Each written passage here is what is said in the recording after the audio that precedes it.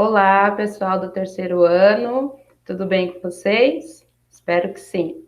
Hoje eu vou estar gravando uma aula para vocês, para a gente interagir um pouquinho aí. Vamos lá?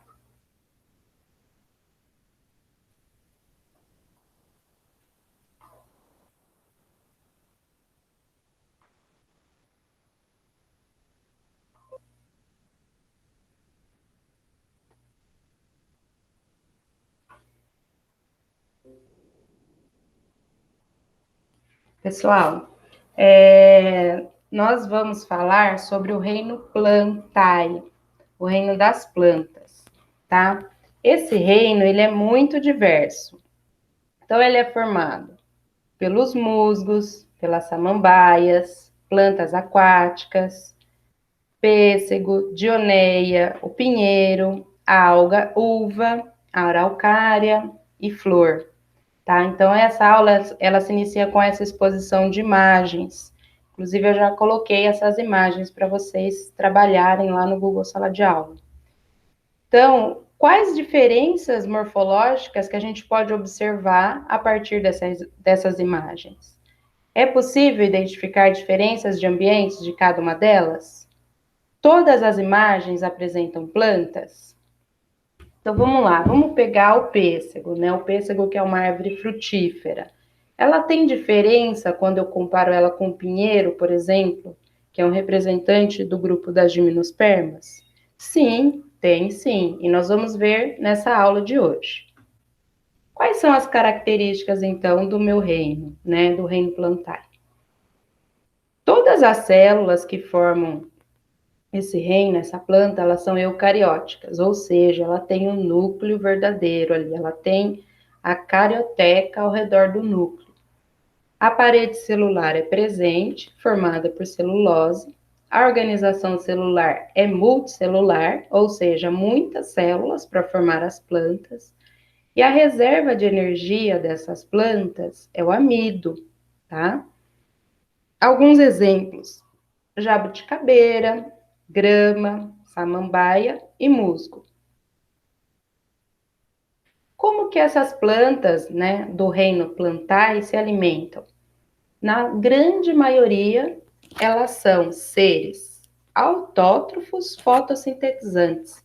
Tá aí um conceito que a gente já estudou ao longo aí da nossa vida escolar, né, que é a fotossíntese. Nós sabemos que as plantas, elas fazem fotossíntese.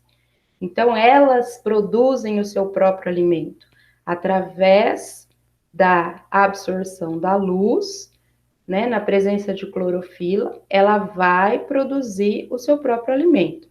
Então, a gente tem aí nas imagens também alguns exemplos de plantas carnívoras, né? Vamos pegar então um pouco agora a origem e a evolução das plantas. Esses 4 grupos aí são os 4 grupos principais, tá? Briófitas, pteridófitas, gimnospermas e angiospermas. Então, nós temos aqui uma árvore filogenética, né? Uma comparação filogenética. Então, o que que eu tenho? No grupo das briófitas, pegando aqui o primeiro canal filogenético, eu tenho as algas como ancestral e elas compartilham de qual característica? Um embrião, tecido verdadeiro, epiderme e cutícula. O que que elas vão ter de característica principal? Filoide, rizoide e caloide, que são pequenas estruturas aí nas briófitas, tá? Passando aí para as pteridófitas na evolução, eu vou ter os vasos condutores e órgãos verdadeiros, tá? Pteridófitas, então, elas apresentam soros em suas plantas.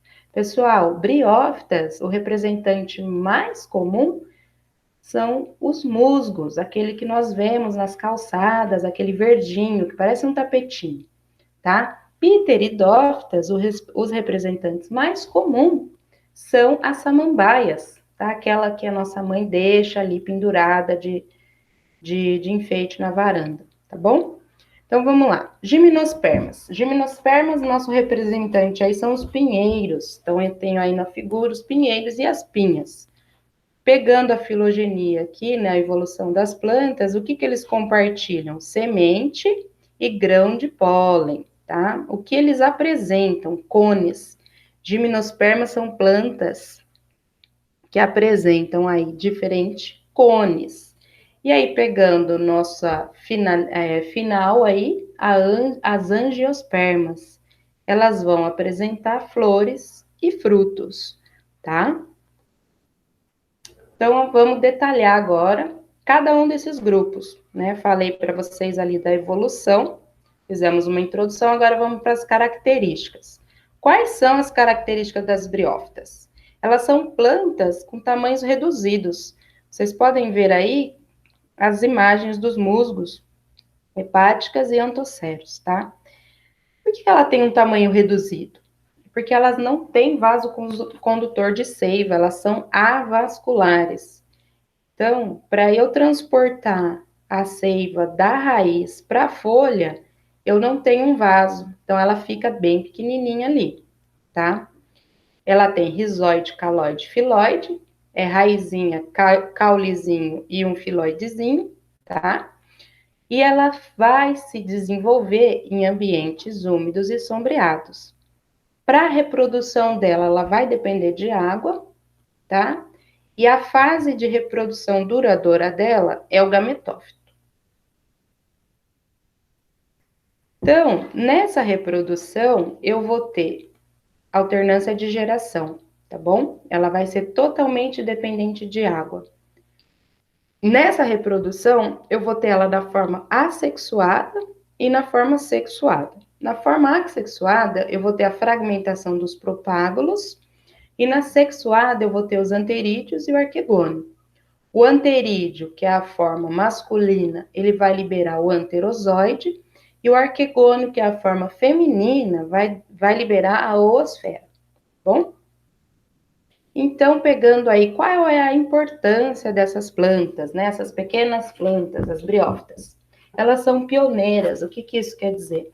São plantas que elas iniciam aí em ambientes hóspitos, tá? Ambientes que não têm vida. Então, elas vão ser as primeiras a nascer.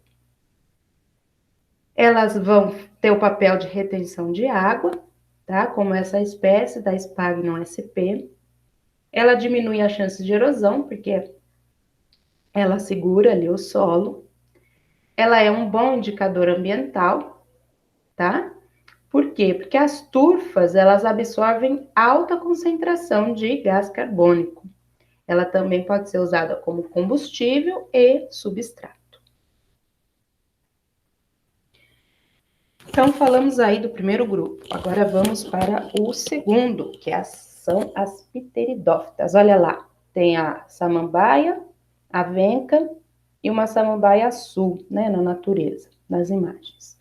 Então, elas são as primeiras plantas vasculares, né, que elas têm o vaso condutor de seiva, tem raiz, caule e folha verdadeiro, elas não formam sementes, elas vão nascer em ambientes úmidos e sombreados, elas são dependentes de água para reprodução e a fase duradoura da reprodução é o esporófito.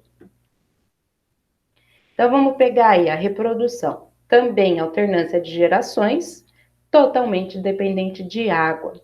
A fase assexuada é por brotamento. É brotamento mesmo, forma o brotinho, tá? Nasce a plantinha. E a sexuada, eu vou ter os anterídeos e o arquegônio. O anterídeo no masculino e o arquegônio no feminino. Anterídeo liberando anterozoide e o arquegônio liberando aí a oosfera, tá bom? Qual que é a importância? Né? Manutenção de umidade, medicamentos, indicadores ambientais, fixação de nitrogênio, fitorremediação do solo e uso ornamental, tá? Ornamental é enfeite, tá bom? De jardim, de grandes casas aí, tá bom? Então, aqui, eu trago aqui uma pergunta aí para você. slides são os slides da aula, tá? Que foi disponibilizada aí no Centro de Mídias para vocês. Então, vocês vão responder para mim aí no caderno e depois colocar no Google Sala de Aula. O surgimento da semente foi uma novidade evolutiva fundamental para que as plantas aumentassem sua dispersão pelo ambiente terrestre? Você concorda com essa afirmação? Justifique. Tá bom? Vamos lá. Vamos dar seguimento aí. Então, agora a gente vai falar das gimnospermas. As gimnospermas é o primeiro grupo com semente.